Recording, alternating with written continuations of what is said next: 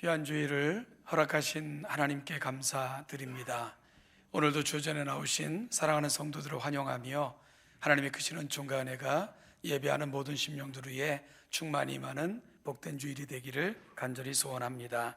같이 일어나셔서 하늘의 문을 여서 찬송하시며 예배 자리로 함께 나아가겠습니다.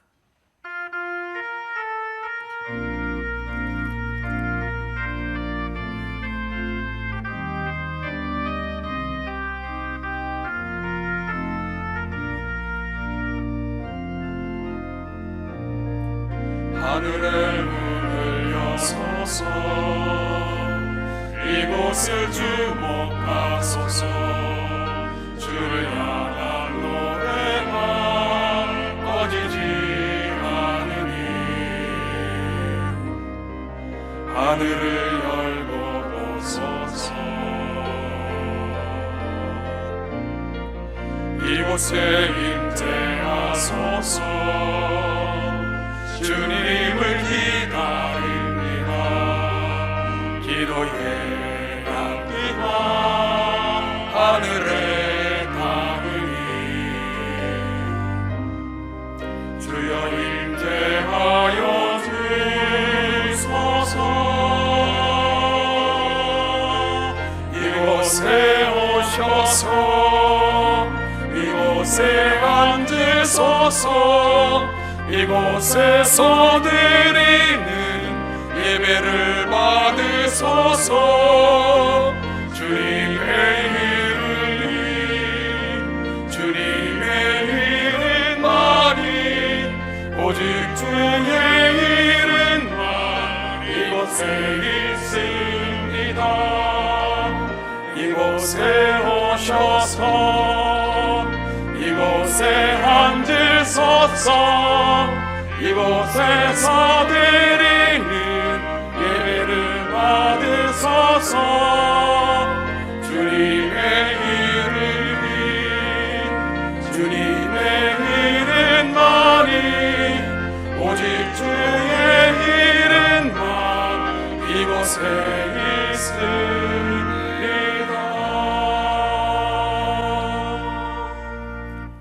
존귀하신 하나님 아버지, 구속하여 자녀 삼으신 거룩한 백성들이 허락받은 한 주의 첫날 귀한 주일을 맞이하여 함께 모여 예배함으로 거룩하신 이름 앞으로 나아갑니다. 오늘도 하나님의 백성들이 모여있는 자리에 임재하사 영광을 받아주시고 택하신 하나님의 귀한 자녀들이 오니 가장 필요하고 좋은 것들로 채우사 이 한 주간도 맡겨진 삶의 자리에서 넉넉히 승리하며 살아갈 수 있도록 그리 함께하여 주시기를 간절히 바라옵고 소원합니다. 오늘 모여 예배하는 자들뿐만이 아니라 이전에 나올 수 없지만은 함께 모여 영상으로라도 예배하는 가정에 모여있는 모든 심령들 위에도 동일하게 임재하사 영광을 받아주시고 가장 좋은 은혜를 베풀어 주심으로 그들의 가정들이 살아가는 모든 삶의 자리에서도 하나님의 풍만한 은혜를 날마다 누리고 살아가는 아름다운 삶의 자리들이 되게 하여 주옵소서. 오늘 우리 예배를 기뻐 받아 주실 줄 믿고 감사드리며 예수님의 이름으로 기도하옵나이다. 아멘.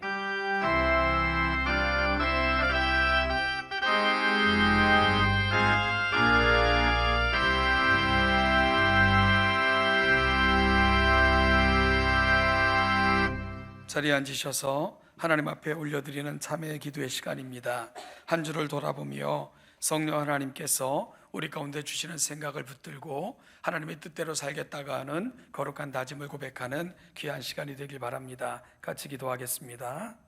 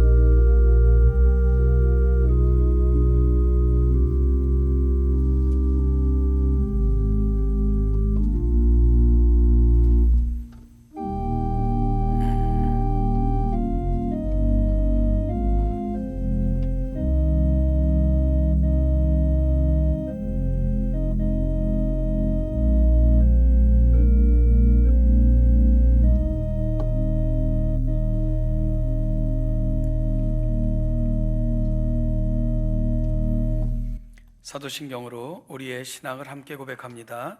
나는 전능하신 아버지 하나님, 천지의 창조주를 믿습니다. 나는 그의 유일하신 아들, 우리 주 예수 그리스도를 믿습니다. 그는 성령으로 잉태되어 동정녀 마리아에게서 나시고 본디오 빌라도에게 고난을 받아 십자가에 못 박혀 죽으시고 장사된 지 사흘 만에 죽은 자 가운데서 다시 살아나셨으며 하늘에 오르시어 전능하신 아버지 하나님 우편에 앉아 계시다가 거기로부터 살아있는 자와 죽은 자를 심판하러 오십니다.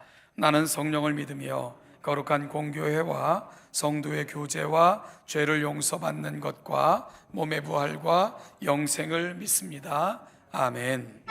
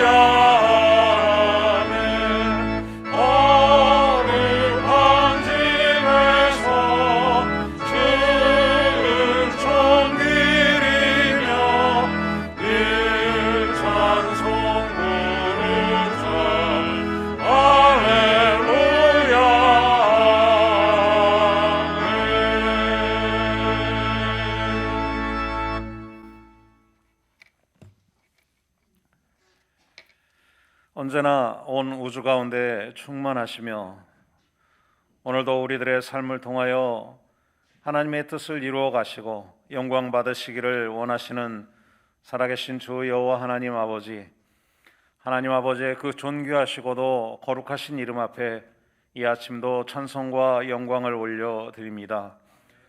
지나온 한 주간도 은혜와 사랑으로 이끌어 주시고 품 안에 지켜 주시옵시고 오늘 또한 귀한 주일을 저희들에게 허락하셔서 하나님을 예배하는 자리로 나오게 하시오매 감사를 드립니다.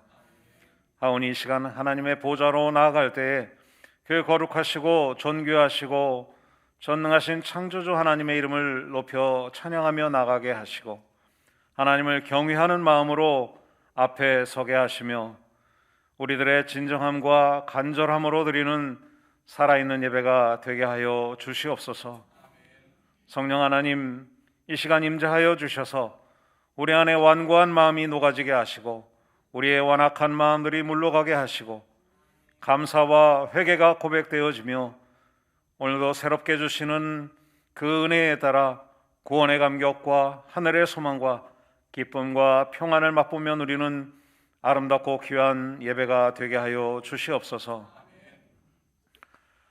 코로나의 종식을 오랫동안 기다려왔던 우리들의 생각은 짧은 듯 하였고 이제 코로나와 함께 더불어 살아갈 수밖에 없는 사회적 종식이 눈앞에 다가온 듯 합니다. 한동안 쏟아지는 소나기를 피하듯 주님 주신 공동체에 나오지 못하고 집에 머무른 채 비대면 예배를 드려야만 했던 우리 신앙의 모습들은 개인적인 모양으로 많이 바뀌어져 갔고 다소 나역하고 주님 섬김에 소홀해져 있음을 고백하지 않을 수 없습니다. 사랑의 하나님, 이제는 저희가 다가오는 위드 코로나를 준비하며 다시금 공동체로 모이기를 간절히 원합니다. 하나님의 한 자녀된 우리가 온전히 모여서 하나님을 찬양하며 성도들 간의 풍성한 교제가 다시금 회복되어지기를 원합니다. 주님 주신 이 공동체 안에서의 소통과 공감과 또 위로받음과 서로 사랑하고 나누고 섬기는 그 가운데 우리 신앙의 경건함들이 다시금 회복되어지고 또다시 우리 안에 회심이 일어나며 건실한 영적 성숙을 이루어나가는 동천의 온 성도들이 돼서 합심하여 하나님의 나라를 다시금 세워나갈 수 있는 동천의 공동체로 삼아 주시옵소서. 오늘도 담임 목사님을 통하여 저희들에게 말씀을 주실 때 저희 안에 살아 움직이는 생명의 말씀이 되게 하옵시고 삶 가운데 깨달음과 변화로 나타나게 하셔서 새로운 한 주간을 살아갈 때에도 진정 하나님의 자녀답게 살아가고 하나님의 말씀대로 살아서 하나님의 뜻을 이루어드리는 아름답고 귀한 동천의 성도들이 되게 하여 주시옵소서. 교회 안에 연로하신 아버지 어머니들 환전기를 맞이하여 참으로 어려운 가운데 또 있게 될 것으로 예상이 됩니다.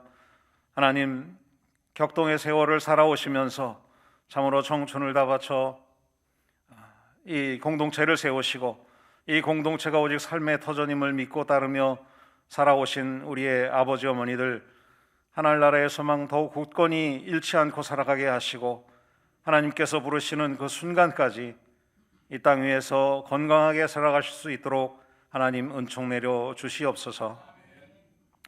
오늘도 간절한 눈물로 기도하며 하나님의 때를 기다리며 은밀히 예배하는 북녘의 성도들을 불쌍히 여겨 주시옵시고 속히 탄압으로부터 자유하여 마음껏 하나님을 찬양하고 복음을 증거할 수 있는 날이 속히 올 수 있도록 하나님 역사하여 주시옵소서. 준비한 찬양을 하나님 기쁘게 음향하여 주시옵시고 예배의 모든 순서마다 주님 홀로 영광 받아 주시옵소서. 부족한 죄인이 예수님의 이름으로 기도드리옵나이다. 아멘.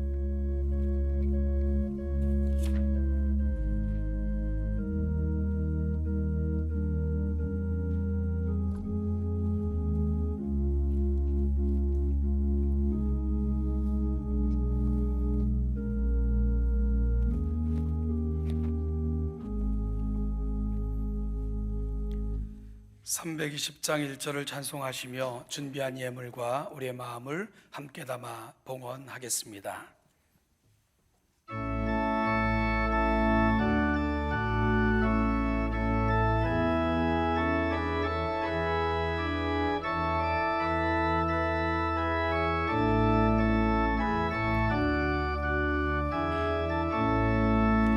나의 죄를 정케 하사 주의 일꾼 삼으신 구세주의 넓은 사랑 항상 찬송합니다. 나를 일꾼 삼으신 주 크신 능력 주시어 언제든지 주 뜻대로 사용하여 주소서.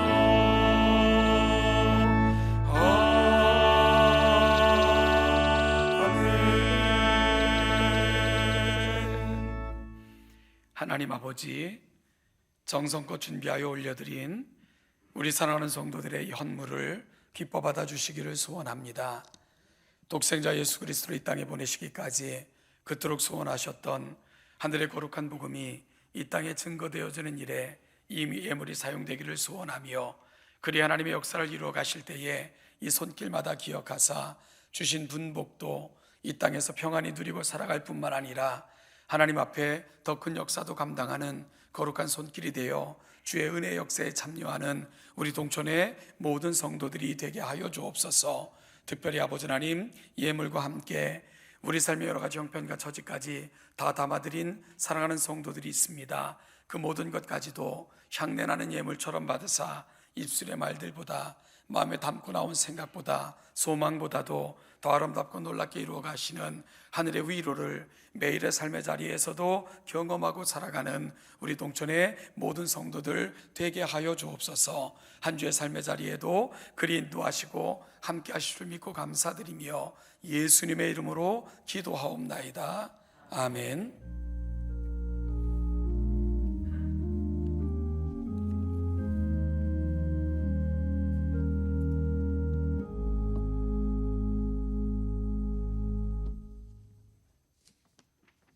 네, 안녕하세요.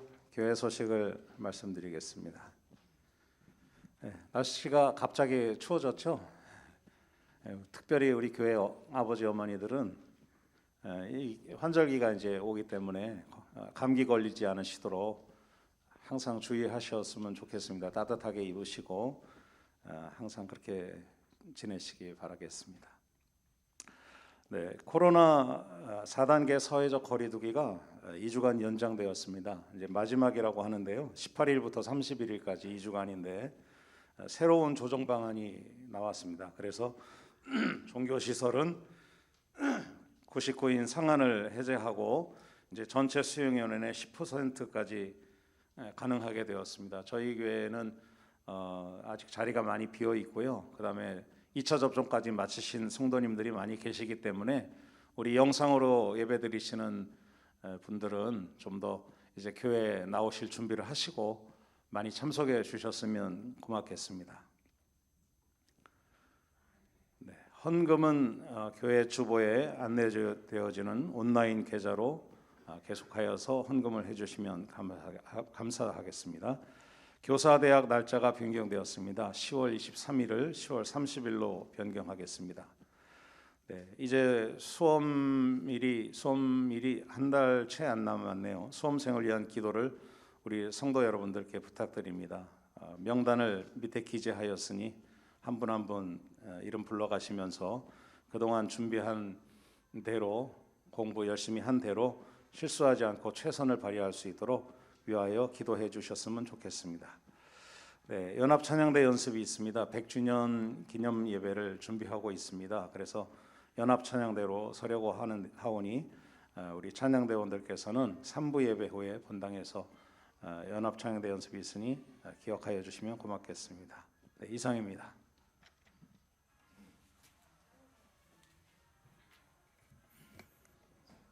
네. 별세 소식입니다. 저희 교회 교우는 아니시고요. 구재건 장로님은 우리 그 구기숙 집사님의 부친 되시고 이용절 집사님의 장인이 되시는데 10월 15일 금요일 별세하셨고 주일이 낀 관계로 내일까지 진행되는 좀 긴 4일장이 진행 중에 있습니다. 우리 그 성도님들께서도 또 오늘 날씨가 갑자기 추워져서 어려움도 예상이 되는데 장례식 동안 우리 사랑하는 집사님들 건강 지켜달라고 또 유족들의 삶의 자리에도 하나님의 은혜가 함께 하시길 소망하며 기도해 주시기를 부탁드리겠습니다. 우리 입원하여 치료 중에 있는 성도들 있습니다. 여전히 우리 주부를 참조해 주시고 여러분들 기도 가운데 이 이름들을 불러가며 기도하심으로 하나님의 은혜를 지체된 우리가 함께 경험할 수 있게 되기를 간절히 소원합니다. 우리 장로님 광고하신 것처럼 날씨가 갑자기 추워졌습니다. 그래서 어디에 보니까 봄 가출한 봄 가을을 찾습니다 그러던데 이제 봄 가을이 저희에게 별로 경험되어지지 않는 그런 계절이 된 것 같은데요. 갑자기 추워지면 또 감기 들기 쉬우시니까 한 주간도 건강하시고요. 이 마음을 담아 옆 사람을 축복했으면 좋겠습니다. 한 주도 평안하시고 건강하십시오. 인사 나누죠.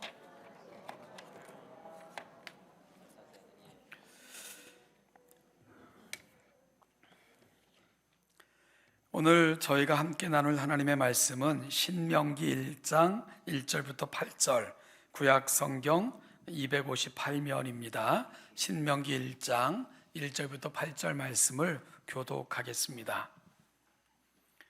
제가 먼저 1절을 읽겠습니다.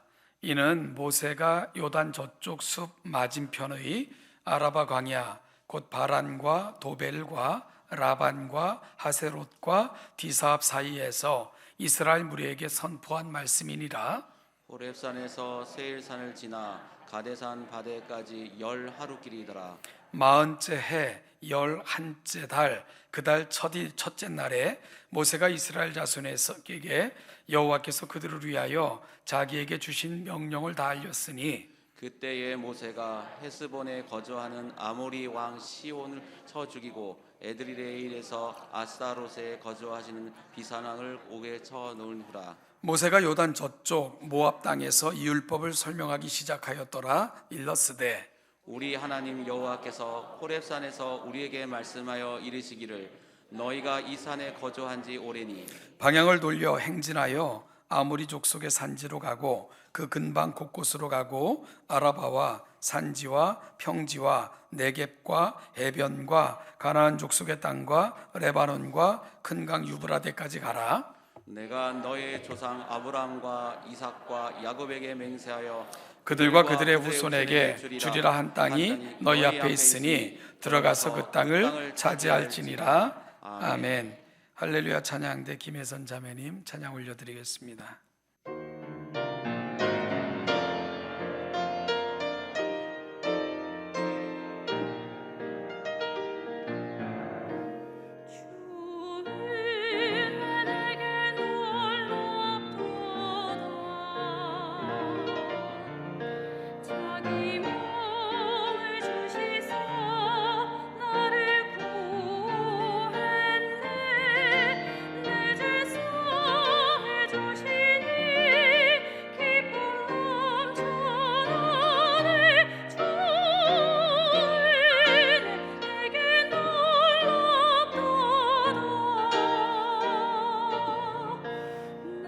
주는 자비하사 사랑 주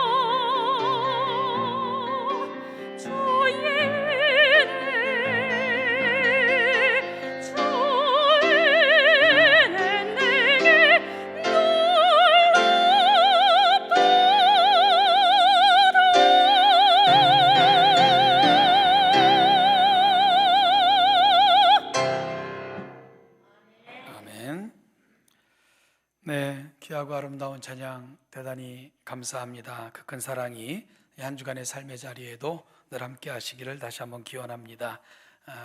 기도하겠습니다. 하나님 아버지, 오늘도 그 영광스러운 이름을 송축하며 놀라운 사랑에 감동하여 그리 시작하게 하신 하나님을 송축합니다. 오늘도 그분의 자녀로 부름받아 싸우니 들려주시는 말씀에 귀를 기울여 오늘도 그 말씀 붙들고 살고자 말씀 앞에 서오니 전하는 자는 전하는 대로, 듣는 자는 듣는 대로 행하여 함께 하나님의 나라를 이루어가는 주의 귀한 백성들 되게 하여 주옵소서. 감사드리며 예수님의 이름으로 기도하옵나이다. 아멘. 요즘 정치권에서 사용하는 용어 중에 별의 순간이라는 말을 종종 듣습니다. 독일어인 슈텔은 슈툰데에서부터 유래했다고 이제 종종 대체적으로 그렇게 이해가 되는데요. 이 말을 번역해 보면 운명적 시간, 결정적 순간 정도로 번역이 되고요. 미래에 운명적으로 영향을 미칠 그 결정과 행동을 오늘 이 시대 속에서 요청할 때 은유로 사용하는 그러한 말이기도 합니다. 우리도 인생을 살다 보면 꼭 이 정확한 의미와 같다 얘기할 수는 없지만 그럼에도 불구하고 우리에게도 이런 특별한 순간들이 종종 찾아오는 것을 경험하게 됩니다. 그래서 과거의 어느 순간 오늘을 살아가는 내게 엄청난 영향을 미쳤던 그런 순간도 있었고요. 그리고 그때 결단하지 못했던 것이 두고두고 후회가 되는 그러한 순간들이 우리에게도 찾아오기도 하죠. 특별히 무언가 연구를 하거나 무언가를 진행할 때도 이러한 순간을 종종 경험하곤 합니다. 저는 신학을 전공했습니다. 그래서 전공을 조차 성경을 강론하고 있는 것이고요. 특별히 저는 문학적 관점에서 성경을 읽고 연구하고 내러티브화하는 이런 것을 매우 좋아합니다. 문학적 접근법으로 성경을 읽는다는 것은 문학에는 요소가 있잖아요. 배경, 인물, 줄거리 이런 걸 가지고 한 작품을 이해하고 분석하는 것처럼 문학적 툴들을 성경 이해의 도구로 사용하여 성경을 해석하는 그런 방법론을 문학적 성경 해석이라고 부릅니다. 그러다 보니까 성경을 기록한 인물, 그 본문이 기록된 배경, 그리고 그 본문이 대상으로 하고 있는 독자들, 이런 면에 저는 특별한 관심을 기울이고 성경을 읽고 해석하고 이해하고자 그렇게 노력하고 있습니다. 이러한 방법론을 제가 전공한 신학성경 연구 방법론으로 사용하여 연구를 하던 중에 저는 그 이후에도 이와 같은 경험이 제게 큰 영향을 미치는, 어찌 보면 좀 정확한 표현이다 할 수 있을지 모르겠지만 저의 성경 연구의 별의 순간과 같은 그런 경험을 했던 적이 있습니다. 야고보서를 연구할 때인데요. 저는 지금 3일 기도회 때마다 야고보서를 강론하고 있고 이 강해를 시작하면서 이 부분을 잠깐 소개했던 적이 있습니다. 야고보서를 기록한 야고보는 그는 누구일까를 묵상하며 야고보서를 읽어 나갈 때 저는 그 가슴 벅찬 감격, 감동, 정말 숨이 멎는 것 같은 먹먹함, 이런 순간을 경험했던 적이 있습니다. 그리고 그때의 경험은 제가 성경을 읽고 해석하고 이해하는데 결정적인 역할을 했고요. 지금도 그때 저에게 찾아왔던 그때의 감동과 그리고 그 패러다임을 유지하며 성경을 연구하려 노력하고 있죠. 그 경험 이전까지만 해도 야고보서는 행함이 없는 믿음은 죽은 믿음이다, 구원받은 이후에 행함을 강조하는 책 정도로 야고보서를 생각하고 있었고요. 그리고 신학에서는 특별히 신학에서는 상충되는 것 같이 보여 많은 신학적 이슈들을 만들어내는 두 파트가 있는데 바울 신학과 바로 야고보 신학입니다. 마치 둘은 상충되는 것 같이 여겨져서 많은 신학자들의 논쟁의 주제가 되기도 하지요. 저는 성경을 하나님의 절대적인 말씀으로 믿는 사람으로 성경은 오류가 있을 수 없기에 바울 신학과 야고보 신학을 어떻게 조화시켜 함께 온전함으로 나아갈 수 있을까 하는 면에 관심을 많이 기울이고 있었고요. 이것이 마치 신학을 하는 사람의 사명인 것처럼 여겨 바로 그 부분을 이해하고 절충하여 온전하게 나아가는 일에 저는 주로 관심을 모으며 그 이전까지는 야고보서를 연구하고 있었습니다. 그러던 중에 다시 성경을 읽으면서 누가 누구에게 그리고 왜 썼는가를 묻고 또 물으며 성경을 읽기 시작을 했습니다. 아시는 것처럼 성경은 어느 날 갑자기 하늘에서 뚝 떨어진 책이 아닙니다. 인간의 구체적인 삶의 자리에서 구체적인 역사적 정황 속에서 우리의 이야기를 통해 주신 하나님의 말씀, 바로 이것이 성경입니다. 그래서 헤르만 바빙크라는 신학자는 성경은 하나님의 말씀의 성육신이다 라고까지 표현을 했습니다. 즉 하나님께서 그분을 보여주시고 그 뜻을 우리에게 알려주시고자 인간의 언어로 그분을 표현해내신, 그래서 우리가 지금 갖고 있는 성경은 우리 가운데 낮아지신 하나님을 보여주시기 위해 우리의 언어로 성육신하신 거다라고까지 표현할 정도로 성경의 중요성을 이야기하기도 했습니다. 그래서 야고보서를 묵상하면서 이 글을 기록한 야고보는 누구일까? 누구에게 보낸 것일까? 왜 보낸 것일까? 하는 것을 집중적으로 묻고 또 물으면서 야고보서를 연구하게 된 것이지요. 신약에는 대충 4명 정도의 야고보가 등장을 합니다. 그런데 모든 정황을 헤아려 보면 이 성경을 기록한 야고보는 예수님의 친동생인 야고보일 수밖에 없다는 그런 결론에 이르게 되었습니다. 앞서 말씀드린 것처럼 3일 기도회 때 야고보서 강론을 시작하면서 함께 확인했던 부분이기도 합니다. 이런 결론을 가지고 야고보서를 다시 묵상하기 시작을 했죠. 그렇다면 이 야고보서를 기록하여 전하고 있는 그 야고보는 어떤 삶을 살았을까 하는 부분을 통해서 야고보서를 접근해 나가보기로 했습니다.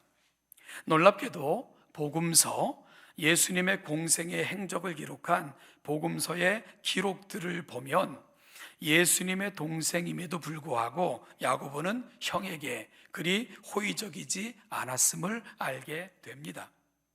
아니, 호의적이지 않은 정도를 넘어서 방해자요, 비난자요, 심지어는 미쳤다고 조롱하고 있는, 형을 조롱하고 있는 야고보를 만나게 되었습니다.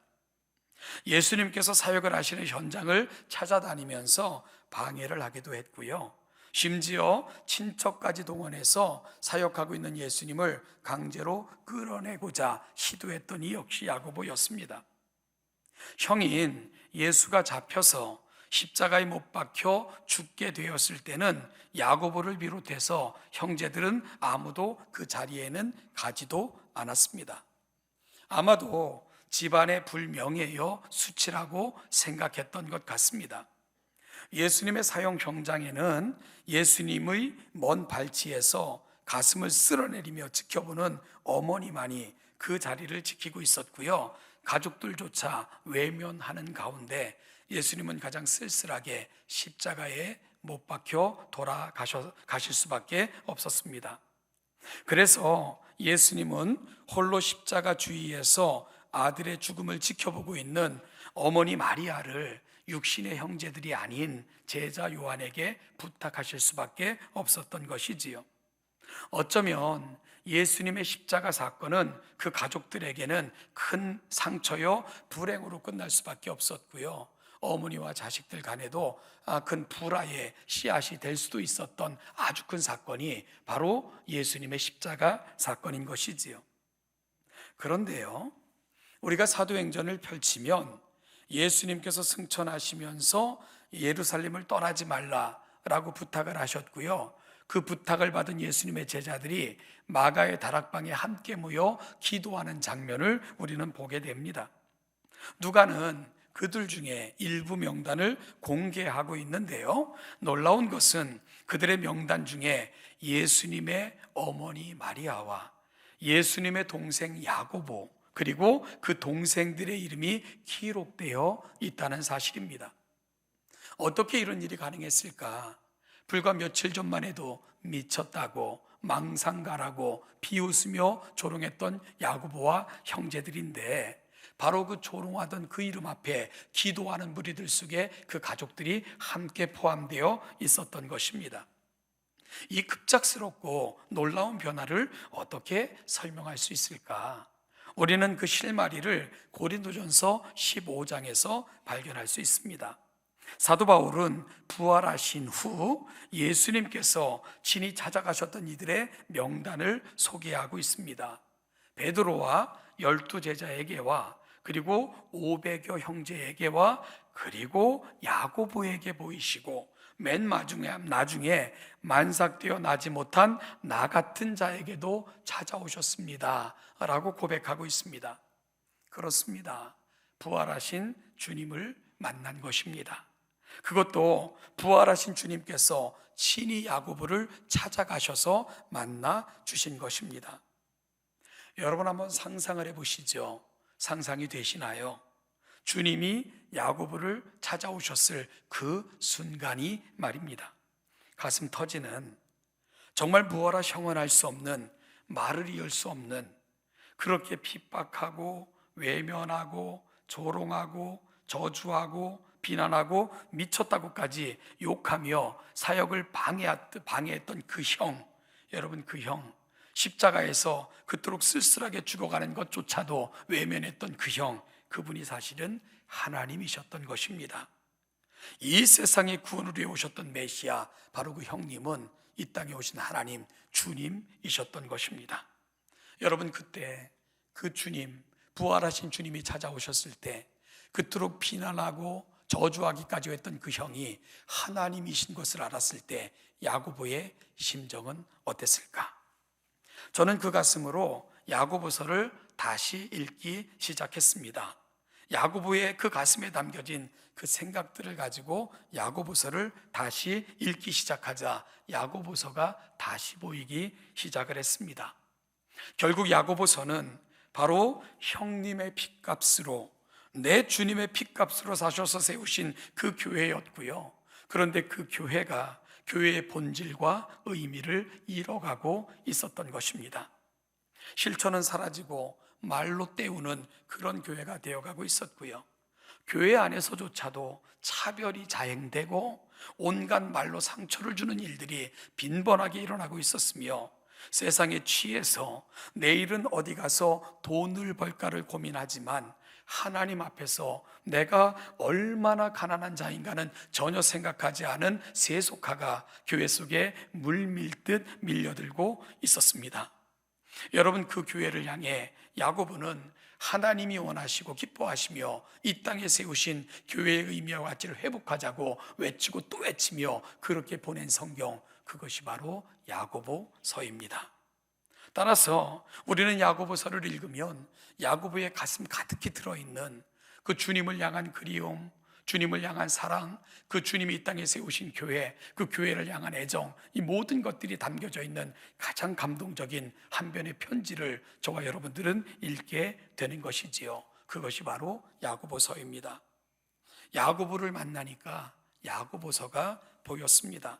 그러자 그 메시지가 너무나도 분명하고 선명하게 제 가슴에 앉아오는 것을 경험할 수 있었습니다.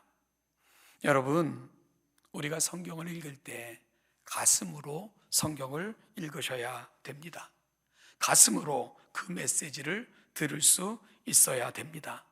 성경을 기록했던 그 저자들이 성경을 기록할 수밖에 없었던 그 뜨거운 가슴, 하나님께서 그들의 가슴 속에 심어주었던 그 뜨거운 감동, 이 감동을 느끼고 찾아내며 성경을 읽을 때 우리는 또다시 우리 가운데 말씀으로 우리의 언어로 성육신하시는 그 하나님을 만나실 수 있게 될 것입니다. 벌써 한 해도 10월하고도 중순을 넘어서고 있네요. 한 해의 시간들이 깊어지고 있습니다. 이 깊어가는 시간, 성경을 읽기와 이해도 이렇게 깊어지는 저와 여러분들이 될 수 있기를 간절히 소원합니다. 여러분, 야고보서를 통해 야고보서를 읽고 다시 느꼈던 감격, 그 감격은 이후 성경을 읽고 연구하면서도 저는 지구속적으로 경험할 수 있었습니다. 어찌 보면 야고보서를 만난 것은 저의 성경 해석에 있어서 별의 순간과도 같은 그런 경험이었구나라고 이야기하는 것이 그런 이유입니다. 오늘 우리가 본문으로 삼은 신명기도 마찬가지입니다. 신명기는 모세가 기록한 5권의 책 중에 한 권입니다. 신명기의 뜻은 두 번째 율법이라는 뜻이고요, 풀어서 설명하면 율법을 다시 말하다 정도가 됩니다. 모세는 가나안 입성을 앞두고 있는 이스라엘 백성들을 향하여 다시 율법을 설명하기 시작합니다. 율법을 다시 설명하기 시작한 시점에 대해서는 오늘 우리가 함께 읽은 본문이 힌트를 제공해 주고 있는데요, 2절 3절을 보면 호렙산에서 세일산을 지나 가데스 바네아에까지 10하루길이었더라. 40째 해 11째 달 그 달 첫째 날에 모세가 이스라엘 자손에게 여호와께서 그들을 위하여 자기에게 주신 명령을 다 알렸으나 라고 기록되어 있습니다. 그리고 5절에서는 모세가 요단 저편 모압 땅에서 이 율법을 설명하기 시작하였더라 라고 기록하고 있으므로 가나안 땅에 들어가기 이전에 이 말씀이 선포되었다는 것을 분명히 알려주고 있습니다. 우리가 출애굽기 12장에 보면 출애굽기 12장에는 가장 위대한 사건 하나가 소개되고 있는데요, 바로 유월절 사건입니다. 하나님께서는 출애굽기 12장 2절에서 모세에게 이렇게 말씀하셨습니다. 이 달을 너희에게 달의 시작 곧 해의 첫 달이 되게 하라 라고 말씀하셨습니다. 그러니까 이스라엘의 달력에 있어서는요, 유월절이 들어있는 유월절을 행하신 그 달이 이스라엘 백성들에게는 우리로 말하면 1월이 되는 것입니다. 위대한 하나님의 구원이 그들의 모든 삶의 기준이 되도록 그렇게 하나님께서는 명령하신 거죠. 지난주에 저는 세례 예식을 거행을 했습니다. 세례를 받는 분들에게 제가 이런 말을 했죠. 여러분, 육신의 생일보다 귀한 날이 있다면 바로 오늘입니다. 육신의 생일은 이 땅에 살아가는 날 동안 기억되겠지만 오늘 여러분들의 이 날은 영원히 기억되어질 하나님의 자녀가 됐음을 공적으로 선포한 위대한 날이기에 이 날을 결코 놓치지 마십시오 라고 제가 부탁을 했습니다. 여러분, 이스라엘에게 있어서 유월절이 그런 날인 거예요. 그래서 달의 첫날, 첫 해가 되게 하라, 첫 달이 되게 하라 라고 말씀하신 거죠. 따라서 오늘 본문 3절에 40째 해 11째 달 그 달 첫째 날이라는 이 기준은 바로 유월절을 기준으로 만들어진 것입니다. 결국 이와 같은 표현을 통해 애굽에서 나온 후 광야 40년의 시간이 거의 차갈 무렵 이 말씀을 하나님 이스라엘 백성들에게 주었다, 그런 의미가 되는 것입니다. 이름 이루어 보건대 신명기의 독자들은 애굽에서 함께 나왔던 자들 중에 특별히 20세 이하였던 자녀들과 광야의 기간 40년 중에 태어날 세대들이 신명기서의 독자가 되는 것이지요. 다시 말하면 신명기를 듣고 배웠고 읽을 그러한 독자들은 출애굽 1.5세대 내지는 2세대들이 그 주요 독자들인 셈입니다. 그러면 여기서 우리는 아주 중요한 질문을 해야만 됩니다. 여러분, 신명기 말씀을 전할 당시 모세가 몇 살이었죠? 120살입니다. 그 나이에 모세는 말씀을 전하고 기록하고 또한 노래로 만들어 백성들에게 부르게 했습니다. 그 나이에. 그리고 이제 하나님 앞에 갈 날이 모세는 가까워오는 것을 알아요. 그리고 지금까지 하나님의 부르심을 받은 이후 모세가 그 백성을 향해 하나님을 향해 얼마나 열심을 냈다는 것을 우리가 잘 알기에 그때 좀 쉰다고 여생 조금 편안하게 누린다고 아무도 뭘 할 사람 없습니다. 그럼에도 불구하고 120세 된 모세는 끝까지 하나님의 말씀을 전하고 외치고 가르치고 심지어 노래로 만들어 부르라고 권하고 있는 그 모세를 우리는 신명기 마지막 순간까지 바라보게 됩니다. 여러분, 이 마지막 순간까지도 모세가 그렇게 할 수밖에 없었던 그 이유가 뭘까? 우리는 그 이유를 찾아내기 위해 다시 2절로 가야 됩니다. 오늘 신명기 1장 2절을 우리가 한 목소리로 같이 한번 읽어보겠습니다. 시작. 가데스 바네아에까지 10하루길이었더라. 호렙산은 모세가 부르심을 받은 장소입니다. 오늘 본문에서는 이스라엘이 애굽에서 탈출하여 나온 그 첫 번째 지점을 일컫는데 사용되고 있습니다. 여러분, 왜 호렙산을, 이스라엘 백성들이 사실은 호렙산에 집결하여 출발한 것이 아님에도 불구하고 호렙산을 그들의 출발 지점으로 삼느냐? 바로 모세를 부르시는 사건은 하나님의 위대한 구원의 시작점으로 오늘 생각하고 있기 때문입니다. 하나님의 위대한 구원의 계획이 여기서 시작되고 있기 때문입니다. 그런데요, 호렙산 여기서부터 가데스 바네아, 이스라엘 백성들이 가나안 땅을 바라보면서 그 목전에 두고 있었던 지점, 그래서 12명의 정탐꾼을 파송했던 지역, 바로 가데스 바네아입니다. 그런데 오늘 본문에 보면 호렙산에서 가데스 바네아에까지 며칠 거리라고요? 10하루길. 그러니까 부지런히 걸으면 10하루 만에 도착할 수 있는 거리라 이렇게 말하는 거예요. 그렇게 먼 거리가 아닙니다. 그런데 3절을 보면 40째 해 11째 달 그 달 첫째 날에 라고 기록되어 있습니다. 그러니까 2절과 3절 이 한 절 사이에는 몇 년의 공백이 존재합니까? 40년입니다. 이 한 절 사이에는 40년의 세월의 공백이 존재합니다. 그리고 무려 거의 40여 년 전에 이스라엘 백성들은 그 자리, 오늘 그들이 와 있는 그 자리에 이미 갔었습니다. 가나안 정복을 눈앞에 두고 있었고요. 그런데 40년이 지난 다음에 그곳에 있었던 그 백성들은 다시 돌아 그 자리에 와 있는 것입니다. 도대체 무슨 일이 있었던 걸까요? 그렇죠. 잘 아시는 것처럼 40년 전 그 자리에서 모세는 가나안 정복을 눈앞에 두고는 12명의 정탐꾼을 가나안 땅에 들여보냈었죠. 바로 이스라엘 중에서 가장 똑똑하다 일컫는 한 지파에 한 명씩 선발하여 12명을 가나안 땅에 들여보냈습니다. 그들이 돌아와서는 어떻게 보고를 하죠? 여호수아와 갈렙 외에 나머지 10명은 그 땅은 비옥한 건 맞지만 그 땅의 성은 견고하고 그 땅에 거하는 사람들은 얼마나 거대한지 우리 상대가 아니다. 우리는 그들의 상대가 되지 않아. 그들에게 우리는 메뚜기와 같고 그들에게 우리는 밥에 불과하다 하면서 들어갈 수 없다라는 부정적인 보고를 합니다. 나머지 두 사람이 여호수아와 갈렙이 아무리 그렇지 않다고 하나님이 약속한 땅이고 우리를 여기까지 인도하신 땅이라고 들어가서 취하면 된다고 아무리 외쳐도 백성들은 이미 10명에게 기울어져서 두 사람의 말에는 개념치 않았습니다. 그러자 그들은 울고불고 하면서 모세를 원망하고 죽이려고까지 하면서 다른 장관 세워 애굽으로 돌아가자고 결의하게 되죠. 그러면서 끊임없이 이야기하니까 하나님께서 말씀하십니다. 그렇다면 너희가 좋은 대로, 너희가 가고자 하는 대로 가라 하고 말씀하셔서 이스라엘 백성들은 그들의 뜻대로 광야로 돌아가게 된 것입니다.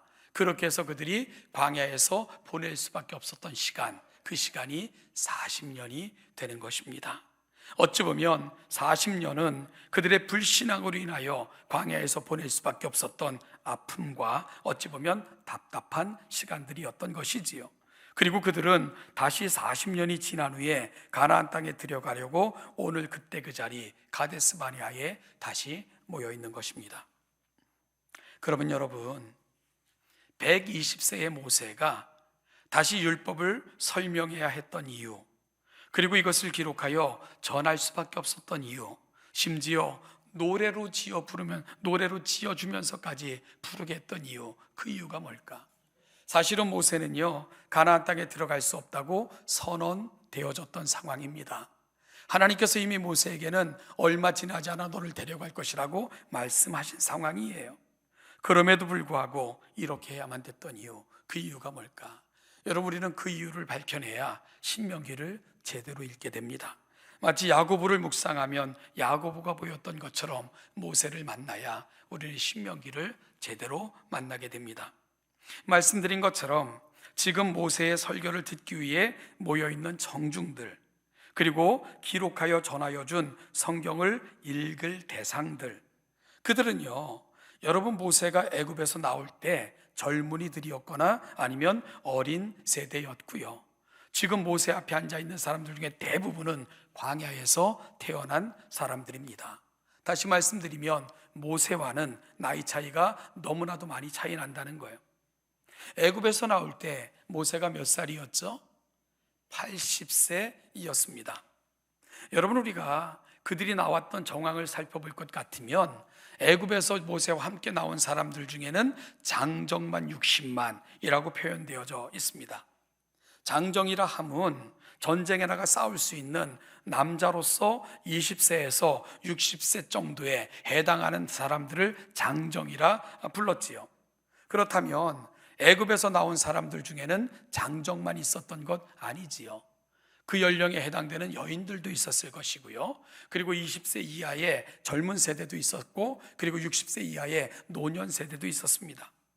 그런가 하면은 당시 애굽은 세계 최고의 지위를 누리고 있었던 나라입니다. 각지에서 그 나라에서 살고자 이민자들이 너무나도 많이 모여 있었던 나라, 바로 애굽이었습니다. 그런데요, 그 나라에 살 때 아주 이상한 사건이 벌어진 거예요.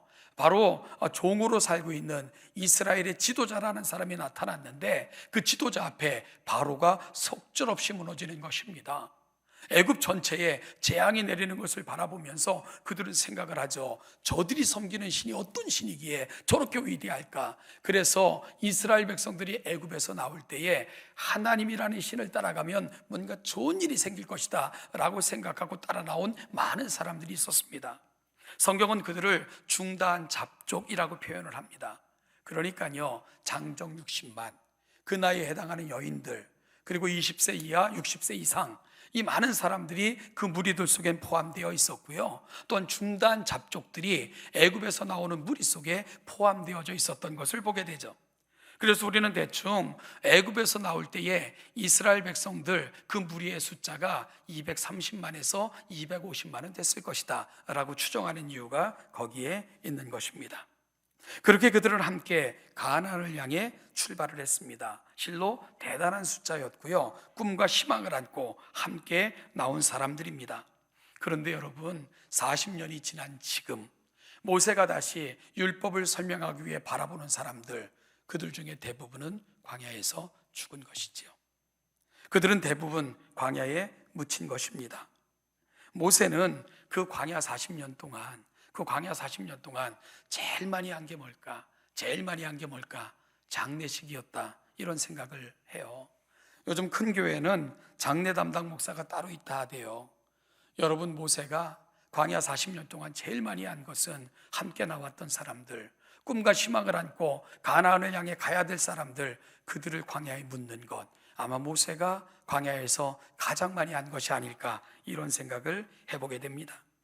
애굽에서 함께 나와 가나안을 향했던 사람들이 한 명, 두 명 그 꿈을 이루지 못한 채 광야에서 묻히는 것을 모세는 바라볼 수밖에 없었을 것입니다. 그렇게 자기의 형도 죽고 자기 누나도 죽고 자기의 자식들도 그렇게 광야에서 죽어갔고요, 자기 부인도 그렇게 죽어갔습니다. 그 마음이 어땠을까요? 서운함, 아픔, 진한 마음의 상처가 아마 차마 집어지지 않는 아픔과 슬픔으로 모세의 가슴에 차곡차곡 쌓였던 시간이 광야 40년이 아니었을까, 이런 생각을 해보게 되는 거죠. 저는 목회자로서 우리 성도님들의 가정이나 신상에 어려움이 생기면 저는 죄책감이 참 많이 들더라고요. 내가 우리 교회를 좀 더 사랑하고 성도들 위해 조금 더 기도했으면 이런 일이 안 벌어지지는 않았을까, 이런 생각이 많이 들어요. 그래서 우리 성도들이 아프고 힘들면 하나님 앞에 굉장히 죄스러워져요. 하나님, 제가 좀 더 기도했다면, 좀 더 교회를 사랑하고 좀 더 목회 잘했다면 이런 일 안 벌어질 수 있지 않았을까요? 이런 생각이 종종 들 때가 있어요. 여러분, 왜 모세라고 그런 생각이 안 들었을까? 그런 생각을 해봐요. 그때 내가 좀 더 잘했더라면, 그때 내가 좀 더 잘 가르쳤더라면, 그때 내가 백성들을 좀 더 잘 인도했더라면 이런 불행이 일어나지 않을 수는 없었을까? 않지 않았을까? 이런 생각이 모세의 가슴 속에 아마 들었을지도 않았을까? 이런 느낌을 가져봅니다. 무려 40년 그 광야의 시간이 그렇게 함께 나왔던 세대들을 광야에 묻으면서 모세는 사실 그들을 광야가 아닌 가슴에 묻었던 시간들이 아마 40년의 시간이었을 거다 생각을 해보게 되죠. 여러분, 40년이 지난 후에 이제 모세와는 나이 차이가 너무 많이 나는 세대들이에요. 모세가 80세에 나올 때에 장정만 60만, 그러면 대부분 모세보다 나이가 적은 세대들이었어요, 그때만 해도. 그런데 20세 이상 된 사람은 광야에서 다 죽은 겁니다. 그러고 지금 모세 앞에 앉아있는 사람들은 누굽니까? 20세 이하였거나 광야에서 태어난 사람들, 그들만이 지금 모세 앞에 앉아 있는 거죠. 어찌 보면 지금 신명기의 말씀을 듣고 있는 대상들은요, 모세의 손자나 아니면 증손자, 뻘되는 사람들이 그 자리에 앉아 있는 거예요. 그들을 바라보면서 모세가 주고 싶은 이야기가 뭘까? 그들을 향해서 120살 된 모세, 쉬지도 않으면서 죽는 날까지 외치고 또 외쳤던 모세의 메시지가 뭘까? 우리는 신명기를 통해 그 모세의 음성을 들어야 된다는 것입니다. 아마 모세는 이렇게 말하고 있다는 생각을 해봤어요. 신명기를 읽으면서 끊임없이 그 모세의 마음이 느껴졌는데요, 우리처럼 살지 말라는 거예요. 우리와 같은 실수를 되풀이하지 말라는 거예요. 기성세대처럼 하나님의 말씀을 믿지 못하여 하나님께로 향하여 가야 되는데, 하나님을 등지고 살다가 결국은 이 땅에 하나님이 주신 축복을 누리지 못한 채 광야에서 죽어갈 수밖에 없었던 우리 조상처럼 살지는 말아라. 이것이 바로 모세가 지금 앉아있는 그 시대를 향하여 들려주는 간절한 모세의 음성이 아니었을까. 그리고 이것이 바로 신명기의 내용이라는 그런 생각을 해보게 됩니다. 같은 실수를 되풀이하지 말라는 거예요. 다시는 불신앙으로 인하여 축복을 아픔으로 바꾸는 인생들이 되지 말라는 것입니다. 너희가 이제는 하나님이 주신 땅으로 들어가게 될 텐데, 그 땅에 들어가서도 정말로 광야에서 죽어갔던 많은 사람들처럼 하나님을 등지고 하나님의 말씀을 외면하고 하나님의 그 약속을 믿지 못하여 또다시 축복을 아픔으로 바꿀 수밖에 없었던 그 너희들의 조상들의 실수를 되풀이하지 않는, 하나님을 절대적으로 신뢰하며 오늘 여기서도 하나님의 축복을 받는 세대로 그렇게 서거라, 그렇게 서거라. 이것이 바로 신명기를 들려주고 있는 모세의 마음이고, 우리는 신명기를 통해 그 모세를 만나게 되는 것입니다. 코로나로 인하여 우리는 엄청난 위기와 상실감, 그리고 막연한 그런 불안감이 엄습하는 이러한 시대를 살아가고 있는 것 같아요. 언제까지? 그 이유는 이런 질문들이 끊임없이 우리에게 되풀이 일어나면서 미래에 대한 막연한 불안감이 엄습하는 이러한 시대를 살아가는 것 같습니다. 그러다 보니까요, 우리 생각대로 되는 것도 별로 없고 우리의 힘과 능력도 아무것도 아니라는 것을 아주 철저히 경험할 수밖에 없는 것이 오늘 우리가 살아가는 이 시대가 아닐까. 바이러스 하나가, 눈에 보이지도 않는 바이러스 하나가 이렇게까지 세상을 망가뜨릴 수 있을까 실감하는 것이 오늘 우리가 살아가는 우리 삶의 이야기인 것 같습니다. 여러분, 그렇다면 오늘 우리가 해야 될 일은 뭘까? 별의 순간, 저는 오늘 이 시간이 미래를 향한, 정말로 그 시점, 어느 시점에서 오늘을 돌아볼 때 그때의 우리의 결단이, 그때의 우리의 행동이 오늘 여기를 만들어냈다고 하는 그 감격스러운 고백의 자리로 함께 나아가는 오늘 이 아침 이 시대가 될 수 있기를 주님의 이름으로 간절히 축복합니다. 사랑하는 여러분, 모세의 가슴을 안고 바로 정말로 모세는 하나님 앞에 서는 그날까지 그 세대, 다음 세대를 위해 정말로 이 모든 노력을 기울이고 있는 것을 오늘 다시 우리 동천교회가 가슴에 담을 수 있는 이 시기가 됐으면 정말 좋겠습니다. 우리가 다음 세대에 우리 자녀들에게 무엇을 물려줄 수 있을까요? 많은 물질을 물려주면 이 땅에서는 조금 풍요롭게 그 자녀들이 살 수는 있을지 모르겠어요. 그러나 여러분, 그건 잠시 아니겠습니까? 그런데 우리가 신앙을 물려주면, 우리가 신앙을 전수하면 우리의 자녀들이 이 땅에서도 바르게 살 것이고 이 땅에서도 하나님의 자녀답게 살고자 했을 것이고 장차 영원한 생명과 영원한 기업을 누릴 하나님의 영원한 자녀들로 주님 앞에 서는 엄청난 축복을 누리게 되지 않겠습니까? 그렇다면 오늘 우리가 해야 될 일이 무엇인가? 사랑하는 여러분, 별의 순간을 만들어내는 우리 동천교회 성도들이 되시길 바랍니다.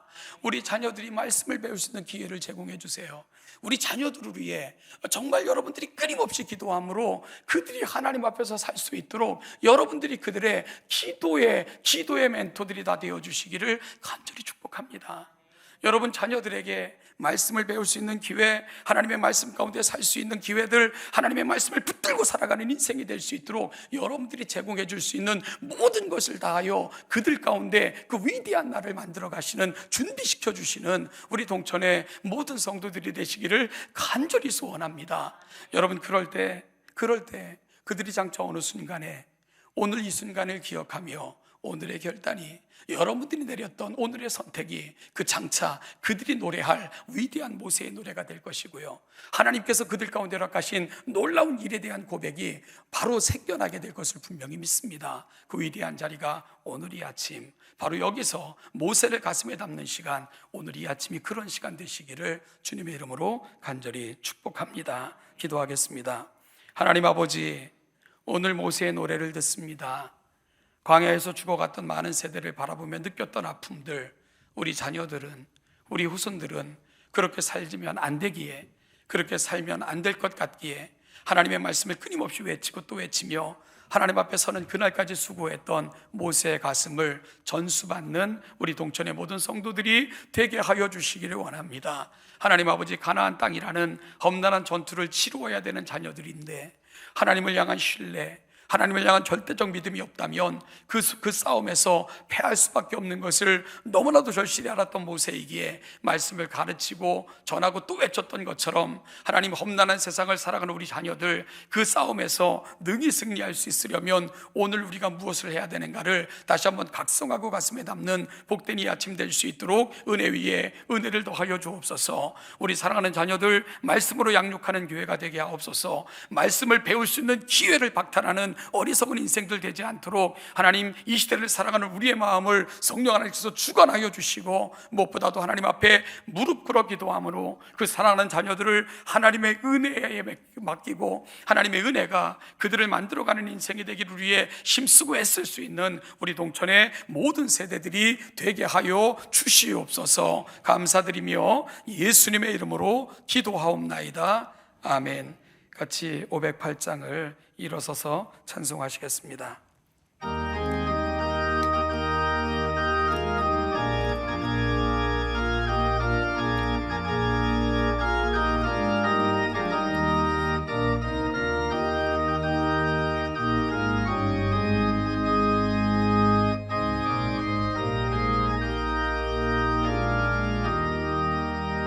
우리가 지금은 나그네 되어도 화려한 천국에 머자나 가리니, 이 세상 있을 때 주 예수 위하여 우리가 힘써 일하세. 주 내게 하시니 전사도 응원하겠네. 과목해 하신 구주의 말씀을 온 세상 널리 전하세. 주 예수 말씀이 온 세상 만민들 흉악한 죄에서 떠나라 하시니, 이 말씀 듣고서 새 생명 얻으라. 이 기쁜 소식 전하세. 주에게 부탁하시니 천사도 흠모하겠네. 화목해 하라신 구주의 말씀을 온 세상 널리 전하세.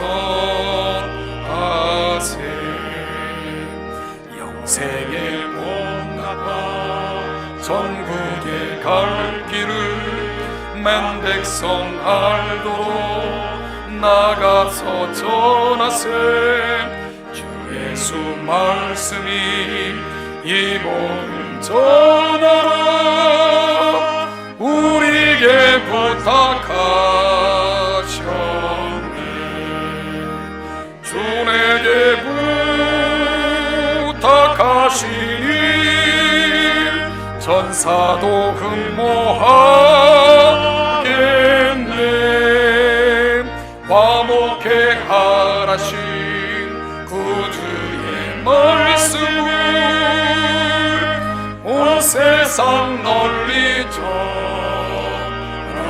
전하세. 우리 주 예수 그리스도의 은혜와 아버지 하나님의 무한하신 사랑하심과 성령의 인도교통 충만케 하심이 오늘 모세를 가슴에 담고 그가 전한 하나님의 거룩한 가슴을 전이받아 우리가 살아가는 세상에 하나님을 보여주며 하나님의 가슴으로 또 다른 세대를 양육하고 그렇게 하나님의 미래를 만들어가기를 소망하며 이 자리에 있는 우리 동촌의 모든 사랑하는 성도들과 이들의 가정 자녀, 이들이 살아가는 모든 삶의 자리마다 이 은총과 이 은혜가 이제부터 영원까지 그 영원까지 함께 하시기를 축원하옵나이다. 아멘.